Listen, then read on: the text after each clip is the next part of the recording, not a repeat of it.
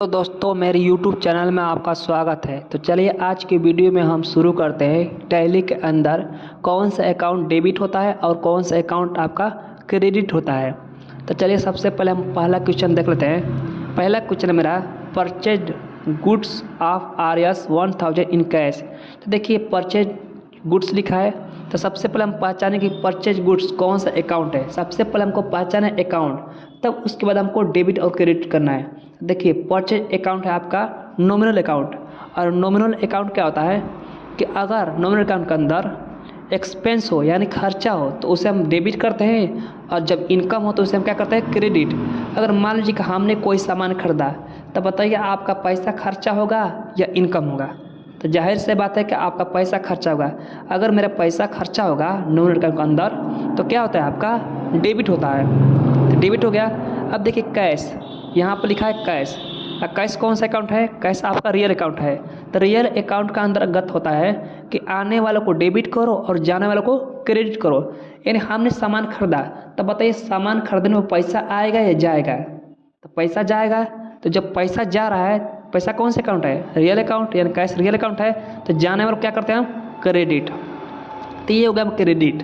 अब चलते हैं हम दूसरे क्वेश्चन पर। तो दूसरा क्वेश्चन है purchase goods of RS 4000 from Vikas on credit. यानी हमने कोई सामान खरीदा, किससे खरीदा? विकास से। देखिए हमने सामान खरीदा, किससे खरीदा? विकास से सामान खरीदा। कैसे खरीदा? उधार। तो देखिए यहाँ पे लिखा है परचेज गुड्स।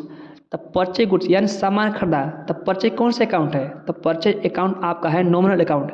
अब बताइए सामान खरीदने पर पैसा खर्चा होगा, तो जब पैसा मेरा खर्चा होगा तो एक्सपेंस है, और एक्सपेंस जाता है आपका DR। तो ये हो गया DR। अब बताइए सामान किससे खरीदा? तो हमने खरीदा विकास से। तो विकास कौन सा अकाउंट है? Real account.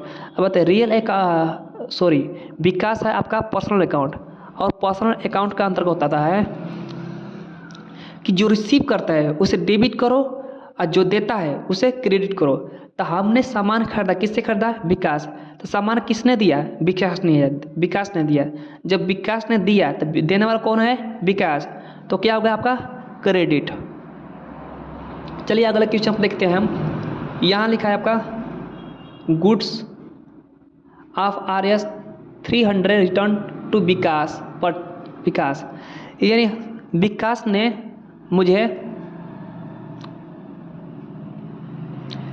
कितने सामान परचेज रिटर्न, यानी कोई सामान रिटर्न कर दिया। तब बताइए जब सामान रिटर्न होगा, खरीदा हुआ सामान रिटर्न होगा, तो एक्सपेंस होगा या इनकम होगा? तो खरीदा हुआ सामान हम रिटर्न करेंगे, यानी हमने विकास को रिटर्न किया। किसको रिटर्न किया? विकास को। तो हमने खरीदा हुआ सामान रिटर्न किया, तो रिटर्न करने का मतलब है आपका इनकम हो रहा है। तो बताइए ये आपका नॉमिनल अकाउंट है, तो नॉमिनल अकाउंट के अंतर्गत क्या आता है? इनकम को हम कहते हैं डेबिट। तो डेबिट हो गया। अब देखिए रिसीव कौन कर रहा है? विकास। विकास क्या कर रहा है? रिसीव कर रहा है, यानी विकास सामान ले रहा है। जब ले रहा है तो क्या करेगा हम? उसे हम डेबिट करेंगे। अब चलते हैं अगले क्वेश्चन पर। अगला क्वेश्चन मेरा sold goods of RS 5000 in cash. यानी हमने कोई सामान बेचा कितने रुपए में? 5000 रुपये में। तब बताइए सामान अगर हम कुछ बेचेंगे, ठीक, तो इनकम होगा एक्सपेंस होगा? तो इनकम होगा। तो सबसे पहले हम देख लेते हैं कि सोल्ड कौन सा अकाउंट है। तो सोल्ड है आपका नॉमिनल अकाउंट। नॉमिनल अकाउंट का अंतर्गत आता है कि जो एक्सपेंस है उसे हम डेबिट करते हैं, और जो इनकम हो उसे हम क्या कहते हैं? क्रेडिट। तो ये मेरा क्रेडिट है, यानी इनकम हो रहा है तो क्रेडिट हो जाएगा। अब देखिए टू कैश। कैश कौन सा अकाउंट है? Real account. अब बताइए सामान हम कुछ बेचेंगे तो पैसा आएगा या जाएगा?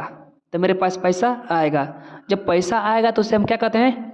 डेबिट। यानी रियल अकाउंट के अंतर्गत आने वालों को क्या कहते हैं? डेबिट कहते हैं। चलिए हम अगले क्वेश्चन पर चलते हैं। लिखा है सोल्ड गुड्स RS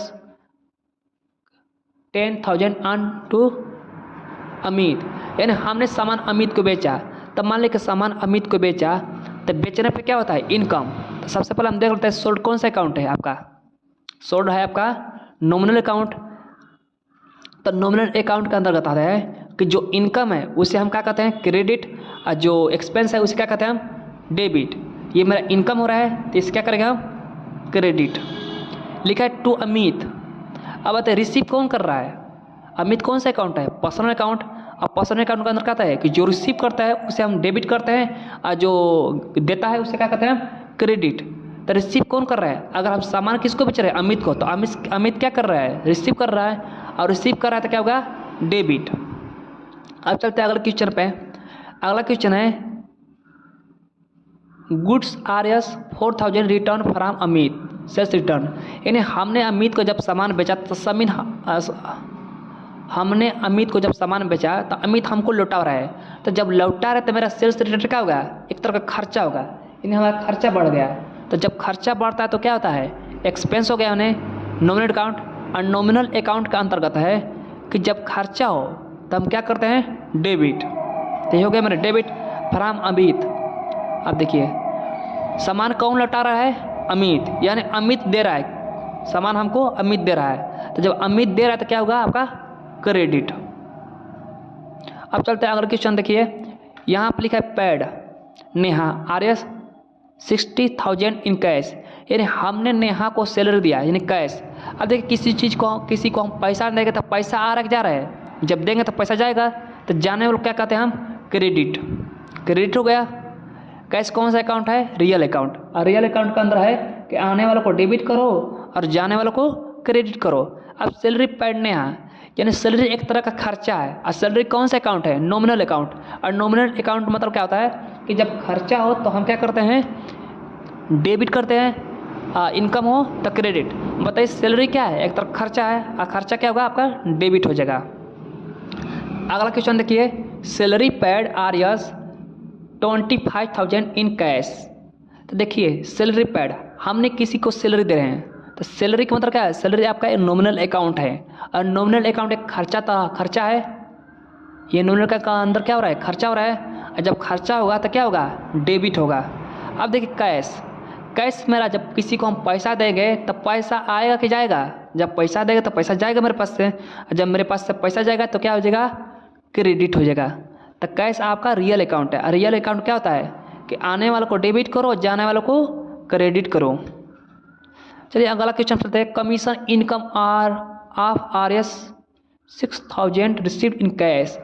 यानी हमने कमीशन इनकम किया कितने रुपए? 6,000। तो देखिए कमीशन कौन सा अकाउंट है? सबसे पहले ये देख लेंगे कमीशन कौन सा अकाउंट है। तो कमीशन है आपका नॉमिनल अकाउंट। और नॉमिनल अकाउंट कहता है कि जब इनकम हो तो उसे क्रेडिट करिए, अगर एक्सपेंस हो तो उसे डेबिट करिए। तो कमीशन इनकम हो रहा है तो हम क्या करेंगे? इसको क्रेडिट करेंगे। तो क्रेडिट का मतलब है CR। अब देखिए पैसा आ रहा है कि जा रहा है? कमीशन इनकम यानी पैसा आ रहा है। तो रियल अकाउंट है कैश। और रियल अकाउंट क्या कहता है कि आने वालों को डेबिट करो, जाने वालों को क्रेडिट। तो ये हो गया आपका डेबिट। चलिए अगला क्वेश्चन पर चलते हैं। अंतिम क्वेश्चन है, 10 से आगे 11, उसको छोड़िए, बस अपने क्वेश्चन को देखिए। तो कैश क्या है? Cash deposit into bank RS 40,000। हमने बैंक में पैसा जमा की कितने रुपए? 40,000 रुपये।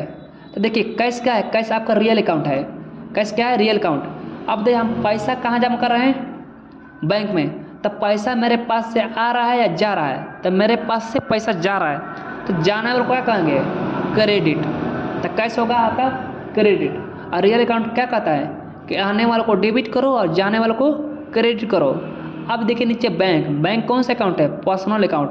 और पर्सनल अकाउंट क्या कहता है कि जो रिसीव करता है उसे डेबिट करो, और जो देता है यानी गिव करता है उसे क्रेडिट करो।